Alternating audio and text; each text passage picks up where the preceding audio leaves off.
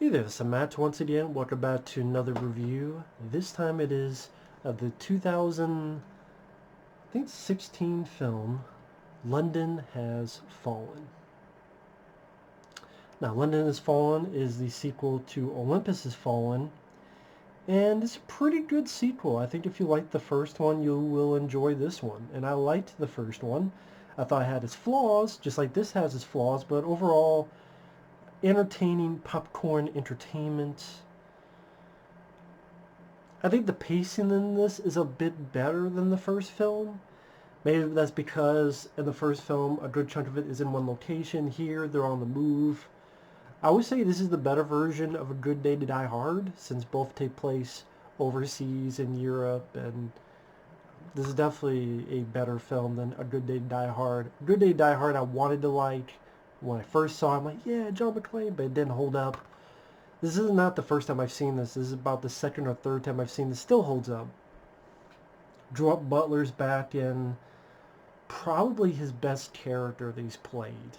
Because in the first film and this film, he's the thing that shines the most, is his character of Mike Banning, the Secret Service agent.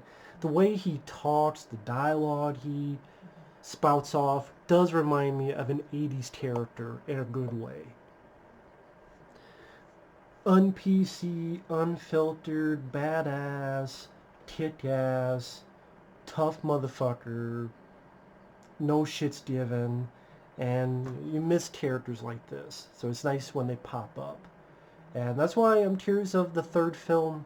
I don't know when it's going to come out, but it's called Angel Has Fallen.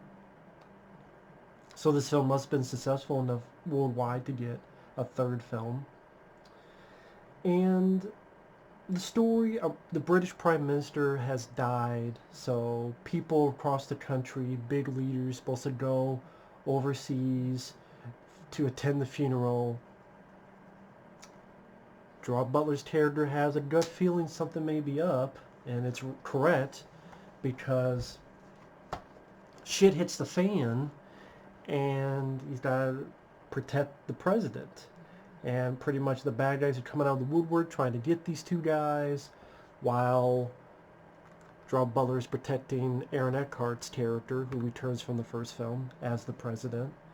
You also have returning characters played by Morgan Freeman, Angela Bassett, Robert Forster, Radha Mitchell. Good, capable cast like the first film had.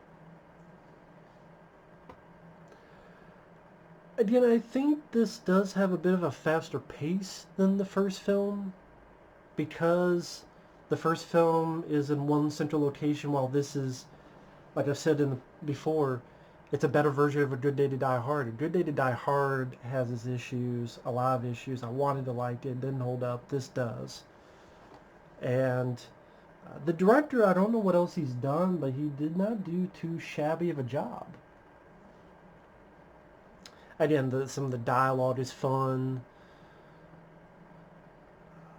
How do you keep going? Bourbon and poor choices. Things blew up. They blew up by the bunches. And it just, again, Gerard Butler's attitude. Like when he is driving the car and bad guys are coming at him at motorcycles and one's trying to kill him. He's driving a car, the bad guy's on a motorcycle. And the guy's like, fuck you. And Gerard Butler's like, fuck me? Smashes the guy right against the wall, holds him there so they can move his car, smashes the guy on the motorcycle across the wall. No, fuck you. Scenes of that nature. And again, the NPC type, where he fucks up some people amongst the train, like subway train. And he's calling the bad guys like, yeah, your buddy, he's a little fucked up. How about you go back to Fuckheadistan or where the hell you come from? Again, not PC, but entertaining to listen to, entertaining for the character to say. Like this guy uses the F word a lot, but he uses a lot better, a lot more natural than what Bruce Willis was trying to do at A Good Day to Die Hard. Like there's an example where Aaron Eckhart is talking about, oh man, all those people who died, it's my fault. And Gerard Butler's like, no, it's not. It's their fault. They're trying to make everyone else a little more afraid. Well, fuck that and fuck them. And the movie just goes, like I said, at a faster pace than the first film. Again, maybe that's because it's on the move more. But yeah, things get blown up when they go meet, and the terrorists have this grandiose plan that they pretty much might as well shut the entire place of Europe down. That's what it feels like. But all the stuff, they're blowing up bridges, and they're pretending to be cops. They're doing all this stuff. As Gerard Butler's character says, it's a clusterfuck, sir. And Gerard Butler shooting people. You get some decent car chases. He puts on the brake, and a bad guy on a motorcycle crashes through the window, and he shoots him in the head. It's getting in a car, smashing people against walls, fucking up bad guys in the train. There's this fake Delta team that comes in when they're staying at this location, and Gerard Butler's fucking up people. He did a knife to the eyeball. He takes a guy to the ground, stabs the shit out of him. There's like 100 people in there. Well, they should have brought more men. See, that kind of stuff I miss. This does seem like a film straight out of the 90s. And that's the best way to describe it. It does have its faults. The CGI is dodgy. And the CGI in the first film, Olympus's film, was dodgy. So the CGI is not that great. The villain, like the first film, is a forgettable meh villain. You're not going to think twice about this villain, just like in the first film. The villains in them is... That's one thing if they're doing a third film. Beef up the villain, man. Whether you get an established actor, which that would help, or better writing, just... The villains in these are some of the weakest characters. Is your main bad guy. You need someone... Tommy Lee Jones in Under Siege. Alan Rickman in Die Hard, even Powers Booth in Sudden Death. Like, get someone of that nature, that caliber, for your villain. Not these very forgettable is the best way to describe these villains. Let's see, the dodgy CGI, lame villains. Also, there's this tiny subplot that deals with a mole, which leads to this one lady find out the mole and fucking the guy up. That whole thing was pretty useless and a bit whatever, and I don't give a shit status. But other than those couple of things, if you like 90s style action, it's well worth a look. There's some really capable direction. There's a sequence in the third act where they've taken Aaron Eckhart's character. Gerard Butler gets with the real Delta team, and they go up the street to try to get to the location where the president's being held at, and they make it look like it's done in one shot, one take.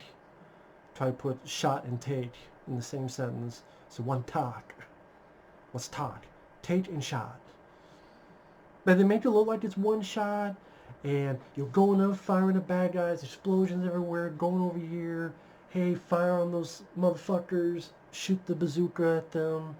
Then him climbing up, getting to the building. He's fucking up guys in there. This one cool move where there's two guys, he's hiding in the corner. He takes one guy's machine gun, pushes it over here, like pulls it, so he shoots this guy. Like, he does this so that he can shoot this guy.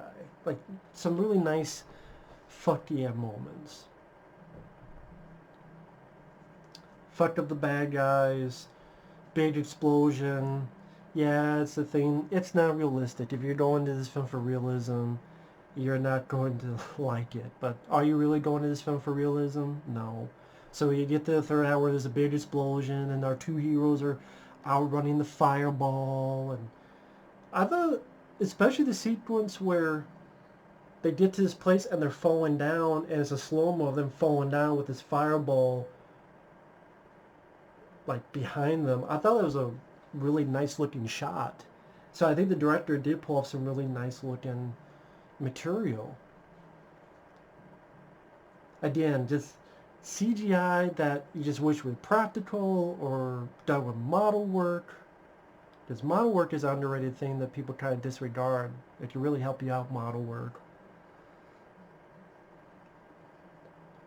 So beef up the special effects and beef up the villain. Again, that's my two main critiques.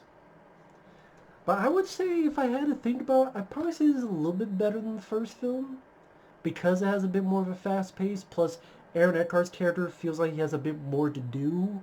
Because he's on the run with Gerard Butler's character. He's not just tied up for a majority of the film and doing nothing. He's actually on the move. He just to do a couple physical things, not a tremendous amount, but the more motion and momentum. And that's the thing. I thought this film had a bit more of a momentum. It seemed like it took, maybe not technically it took less time than the end, but compared to the first film, that's what it felt like. It felt like it went a bit quicker for the action to start. Maybe it's because you have established who these people are, so now you can get a little bit more faster into the business.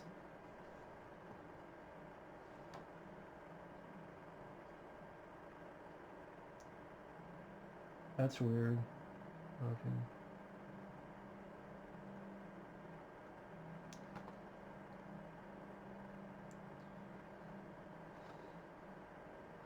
For a quick second, I thought this was like a scene from DC, but it's like, what? That's not in the movie, but no, that's a different thing. But yeah, I don't know what else to say. It's a very straightforward flick in fun action. Like I said, knife to the eyeball, stabs the shit out of people, some entertaining dialogue from our character, fun machismo. Really tears a badass. Nice support word. Nice. I mean, Robert Forster doesn't really have anything to do. Morgan Freeman barely has anything to do. It could be played by anybody. Just they were in the first film, but it's nice that they return. Nice to see him in there. But again, it's not like Morgan Freeman or Robert Forster really given much meat to attack, much to push into the acting department. But they're very good actors, so nice to see them, even if they're more in the background. I don't really know what they could do with a third film. But hey, I'd be curious about it, since the first two, I think they are fun. As I said, the best part is this character, the dialogue he spouts out, and the physical damage he does to his enemies. Because he is a guy who don't give a fuck. He'll stab someone 10 times in order to try to get information. And stab him in the hand. He'll stab him in the balls if he has to. Like, he's that type of character. You don't see that type of character much anymore. But he's the type of guy that he'll torture you to get info. He'll fuck your day up. He does it to a couple people too, where he just keeps stabbing the guy in order to get information. And again, in this day and age of PC and people have to worry about people's feelings, it is a bit refreshing to see that type of character, so that was fun. But anyway, that's my thoughts on London Has Fallen. Entertaining film. I do think it is if you like the first film, I think you'll like it. It's a good sequel. So, see you guys later. Bye-bye.